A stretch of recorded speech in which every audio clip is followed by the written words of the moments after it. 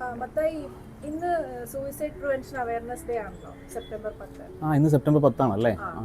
അപ്പം അതിനെ പറ്റി എന്തെങ്കിലും സംസാരിക്കാനുണ്ടോ? ഈ സൂയിസൈഡ് പ്രിവെൻഷനെ പറ്റി പണ്ട് തൊട്ട് നമ്മൾ സംസാരിക്കുന്ന ഒറ്റ കാര്യമുള്ളൂ.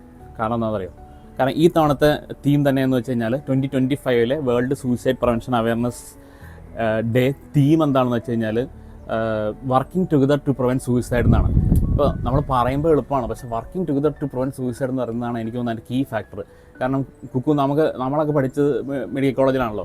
അവിടെയൊക്കെ സൂയിസൈഡ് അറ്റംപ്റ്റ് ചെയ്ത് വരുന്നത് തന്നെ ഒരു വലിയ തെറ്റായിട്ടാണല്ലോ നമ്മളെയൊക്കെ അവരെ ട്രീറ്റ് ചെയ്തിരുന്നത്. എന്തോ ഒരു രീതിയിൽ റാഗ് ചെയ്ത് അവരെ നന്നാക്കുന്ന പോലെയാണ് മിക്കവാറും അറ്റംപ്റ്റ് കഴിഞ്ഞ് വന്നത്. മാത്രമല്ല നമ്മുടെ നാട്ടിൽ തന്നെ ഇപ്പോൾ നിയമപരമായിട്ട് തന്നെ നോക്കുകയാണെങ്കിൽ സൂയിസൈഡ് അറ്റംപ്റ്റ് ഡീക്രിമിനലൈസ് ചെയ്തിട്ട് കുറച്ച് വർഷങ്ങൾ മാത്രമേ ആയിട്ടുള്ളൂ. മാത്രമല്ല ഡീക്രിമിനലൈസ് ചെയ്തെങ്കിൽ പോലും ആറ്റിറ്റ്യൂഡിൽ ആ ചേഞ്ച് ഒന്നും വന്നിട്ടില്ല എന്നാണ് ഞാൻ പറഞ്ഞത്. കാരണം നിങ്ങൾ തന്നെ ആലോചിക്കുമ്പോൾ നിങ്ങളൊരു ഇപ്പോൾ ഏറ്റവും അടുത്ത ആൾ, ഇപ്പോൾ അച്ഛനോ അമ്മയോ അല്ലെങ്കിൽ സഹോദരനോ പങ്കാളിയോ ആരെങ്കിലും ഒരാൾ നിങ്ങളുടെ അടുത്ത് എനിക്ക് മരിക്കാൻ തോന്നുന്നു എന്ന് പറഞ്ഞു കഴിഞ്ഞാൽ നമ്മൾ എങ്ങനെയായിരിക്കും പ്രതികരിക്കുക? അതിനകത്ത് എല്ലാവരും ഇമോഷണലായിട്ട് കാരണങ്ങൾ നിരത്തുമോ, അല്ലെങ്കിൽ നിനക്ക് എന്തിൻ്റെ കേടാണ്, അല്ലെങ്കിൽ മനസ്സിലായില്ലേ?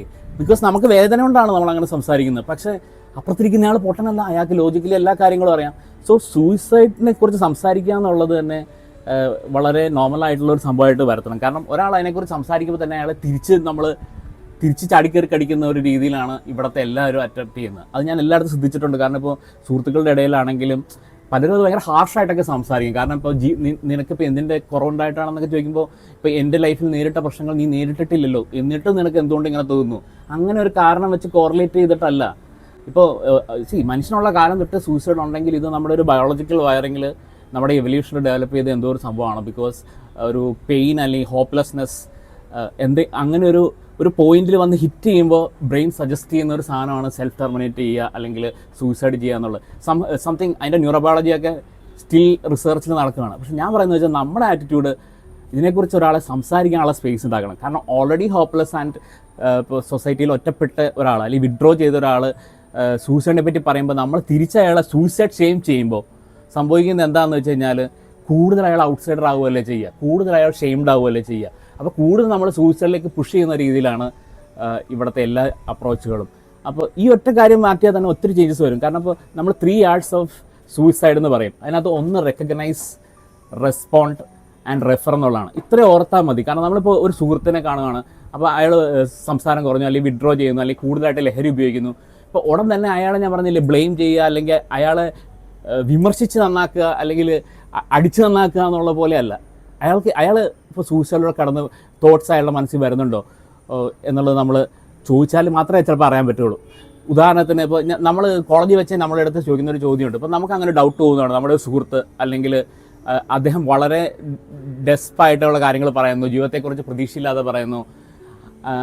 അപ്പോൾ നമ്മൾ സൂയിസൈഡിനെ കുറിച്ച് ചോദിക്കുകയാണോ വേണ്ടത്, നിനക്ക് മനസ്സിൽ അങ്ങനെ മരിക്കാൻ തോന്നുന്നുണ്ടോ എന്ന് ചോദിക്കുകയാണോ വേണ്ടത്, അതോ അങ്ങനെ ചോദിച്ചു കഴിഞ്ഞാൽ അത് ചിലപ്പോൾ ട്രിഗർ ആവുമോ, അങ്ങനെ ഒരു ചോദ്യം ചോദിക്കാറുണ്ട്. കുക്കു നമ്മളിത് ഡിസ്കസ് ചെയ്തിട്ടുണ്ട്. കാരണം എൻ്റെ അടുത്ത് ഇവിടെ ഒരു ഫിലിം സ്കൂളിലെ ആൾക്കാർ വന്ന് വെച്ചപ്പോൾ ഞാൻ കുട്ടികളോട് അതേ ചോദ്യം ചോദിച്ചിരുന്നു. നമ്മൾ എല്ലാവരുടെയും മനസ്സിൽ വിചാരം വെച്ചപ്പോൾ ഞാൻ ഈ സൂയിസൈഡിനെ കുറിച്ച് എങ്ങനെ സംസാരിച്ചുകൊണ്ട് അവർക്ക് ആ തോട്ട്സ് ട്രിഗർ ആയാലോ എന്നുള്ളതാണ്. പക്ഷേ അങ്ങനെയല്ല അത് വർക്ക് ചെയ്യുന്നത്. നമ്മൾ സൂയിസൈഡിനെ കുറിച്ച് അവരോട് ഇപ്പോൾ നിനക്ക് അങ്ങനെ മരിക്കാൻ തോട്ട്സ് വരുന്നുണ്ടോ എന്ന് ചോദിക്കുന്ന ആ ഒറ്റ ചോദ്യത്തിൽ ചിലപ്പോൾ അയാൾക്ക് ആ കണക്ഷൻ കിട്ടും. മനസ്സിലായില്ലേ? ഒരാളുടെയും കൂടെ കൈ പിടിക്കാൻ പറ്റുകയാണ് അവിടെ. നമ്മൾ ക്രിട്ടിക്കൽ അല്ലാതെ ഭയങ്കര നെഗറ്റീവ്ലി ക്രിട്ടിക്കൽ അല്ലാതെ ചോദിക്കുമ്പോൾ.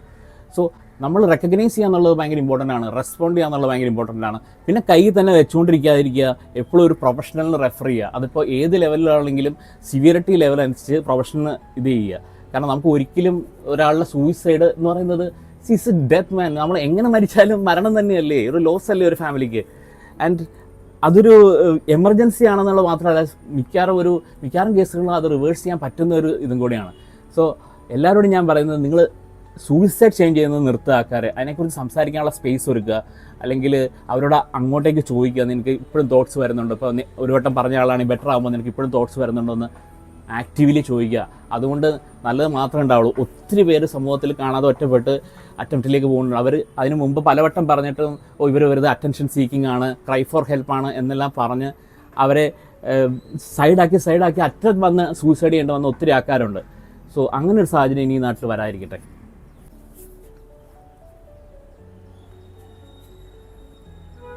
മത്തായി പലപ്പോഴും നമ്മുടെ പരിചയക്കാരൊക്കെ വാട്സാപ്പിൽ പല ഡാർക്ക് ഡെസ്പറേറ്റ് സ്റ്റാറ്റസ് ഒക്കെ ഇടുന്നുണ്ടല്ലോ. അപ്പോൾ അത് ശരിക്കും ക്രൈ ഫോർ ഹെൽപ്പ് ആണോ, അതോ അവർ ശരിക്കും നമ്മളുടെ ഇങ്ങോട്ട് പേഴ്സണലി വന്ന് സംസാരിക്കണോ, ഐ നീഡ് ഹെൽപ്പ് എന്നുള്ള കാര്യം എന്താണ് അതിനെപ്പറ്റിയുള്ള മത്തായിയുടെ അഭിപ്രായം? ഇപ്പോൾ വീട്ടിലും നാട്ടിലൊക്കെ നമ്മളിപ്പോൾ അങ്ങനെ ആരെങ്കിലും ഇടുമ്പോൾ തന്നെ ഇപ്പോൾ നമ്മൾ നാട്ടിൽ ചെന്ന് പറയും, പക്ഷേ ആ പയ്യൻ എന്തിൻ്റെ കേടാണ്, അല്ലെങ്കിൽ ആ പെണ്ണിന് എന്തിൻ്റെ കേടാണ്, ഈ കാര്യങ്ങളൊക്കെ. അപ്പോൾ നമ്മൾ അത് തന്നെ ഒരു ഷെയിമായിട്ടാണ് ആൾക്കാർ കരുതുന്നത്. അതായത് നമ്മൾ ഇമോഷൻസിനെ പറ്റി അത്രയും ഡീപ്പ് ആൻഡ് അല്ലെങ്കിൽ സാഡായിട്ടുള്ള ഇമോഷൻസിനെ എക്സ്പ്രസ് ചെയ്യരുതെന്നുള്ള രീതിയിലാണ് നമുക്ക് ആ ഷെയിം ഉണ്ട് ആക്ച്വലി. പക്ഷേ ഞാൻ പറഞ്ഞാൽ അത് കവർ ചെയ്തിട്ട് ഒരാൾ അങ്ങനെ ചെയ്യണമെങ്കിൽ ഡെഫിനറ്റ്ലി അയാൾ അത് അത്ര ഹിറ്റ് ചെയ്തിട്ടായിരിക്കും. അല്ലാതെ ഇപ്പോൾ ചിലർ പറയാം എന്തിനാ അറ്റൻഷൻ, ആൾക്കാരുടെ അറ്റൻഷൻ കിട്ടാൻ വേണ്ടിയിട്ടാണോ. See people pretend to be okay, people don't pretend to be depressed or sad അല്ലേ. അതുകൊണ്ട് ഇപ്പോൾ അവർക്ക് ബെനിഫിറ്റ്സ് കിട്ടുകയെന്ന് വെച്ച് കഴിഞ്ഞാൽ അത് അവരുടെ വീക്ക്നെസ് വളറബിലിറ്റി അല്ലേ കാണിക്കുന്നത്.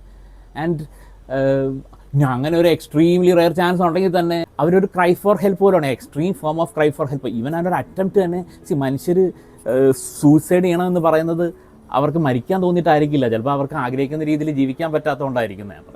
അതായത് അവരങ്ങനെ ഈ ഞാൻ പറഞ്ഞ ഒരു ഡെഡ് എൻഡ് മീറ്റ് ചെയ്തിട്ടായിരിക്കും ചിലപ്പോൾ അവർ പറയുന്നത്, അല്ലാതെ മരിക്കാൻ വേണ്ടിയിട്ട് അയ്യോ അന്ന കൊള്ളാം മരിക്കാമെന്ന് ഓർത്തിട്ടല്ലല്ലോ. They want to leave actually.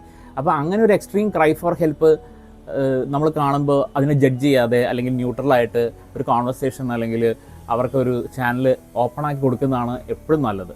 കാരണം നമ്മൾ അവരോട് ന്യൂട്രലായിട്ട് നോക്കുക ഓക്കെ ആണോ എന്ന് വെച്ചാൽ അത്ര ഇൻട്രൂസീവ് ആവാതെ തന്നെ അവരെ കംഫർട്ടബിൾ ആക്കിക്കൊണ്ട് തന്നെ ആ കോൺവെർസേഷൻ ആക്കുന്നതാണ് നല്ലത്. നമുക്കത് പക്ഷേ അപ്പോഴും നമുക്ക് ആവശ്യമുണ്ട്. നമ്മളിനി സൂയിസൈഡിനെ കുറിച്ച് ചോദിച്ചാൽ ഇനി അത് കേട്ടിട്ട് ഇയാൾക്ക് അങ്ങനത്തെ തോട്ട്സ് വരുമോ, ഒരിക്കലും അങ്ങനെ വിചാരിക്കേണ്ട കാര്യമില്ല. കാരണം നമ്മളിപ്പോൾ മനസ്സിലുള്ള കാര്യം മറ്റേ പറയുമ്പോൾ നമുക്ക് കൂടുതൽ സമാധാനം തോന്നുകയാണ് ചെയ്യുന്നത്, അല്ലെങ്കിൽ ആ തോട്ട്സ് ഷെയർ ചെയ്യുമ്പോൾ ഒരു സപ്പോർട്ട് കിട്ടുന്ന പോലെയാണ് ഫീൽ ചെയ്യുക. സോ എല്ലാവരും ഞാൻ പറയുന്നത് പല സൂയിസൈഡും സൊസൈറ്റി നടക്കുന്നത് നമുക്ക് അവോയ്ഡ് ചെയ്യാവുന്നതാണ്. മെജോറിറ്റി സൂയിസൈഡ് അവോയ്ഡ് ചെയ്യാവുന്നതാണ്, അല്ലാത്തൊരു ചെറിയ പെർസെൻറ്റേജ് ഉണ്ട് എങ്കിൽ പോലും. സോ പ്ലീസ് ഈ തവണത്തെ തീം പോലെ തന്നെ everybody please work together on this. Okay.